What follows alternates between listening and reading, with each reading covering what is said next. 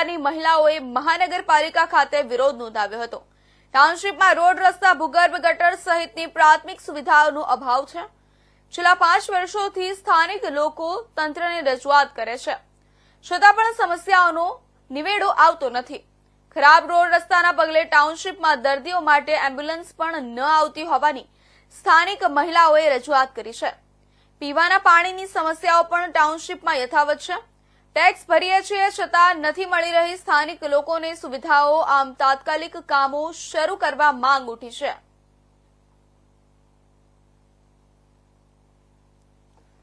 રેખાબેન વાળા શિવધારા ટાઉનશીપ થી બોલું છું। બાયપાસ રોડ છે, અમારે કોઈ કરવા આવતું નથી। હવે અમારે એમ્બ્યુલન્સ કે આવી શકે એમ નથી। ગટર લાઈન ફૂલ ઉભરાય છે, અમારે રહેવાતું નથી ત્યાં। હવે આ લોકોએ અમને એમ કીધું છે કે અમે આવશું। હવે અમે જોઈએ છીએ કેટલાક ટાઈમમાં આવે છે।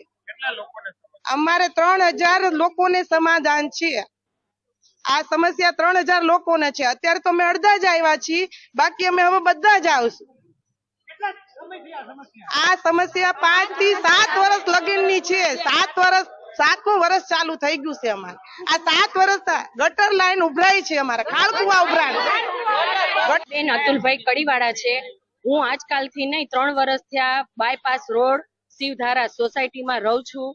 3 વર્ષથી અમે ધક્કા ખાઈ છીએ। મારી પહેલાના જે બધા રહેવાયા છે એ દર ચોમાસામાં અહીંયા ધક્કા ખાય છે, પણ સરકાર કાંઈ ધ્યાન દેતી નથી।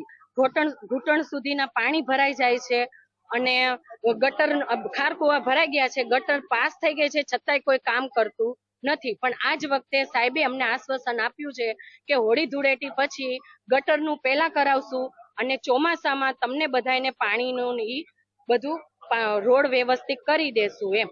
હવે જોઈએ આ જ વખતે શું થાય છે એમ।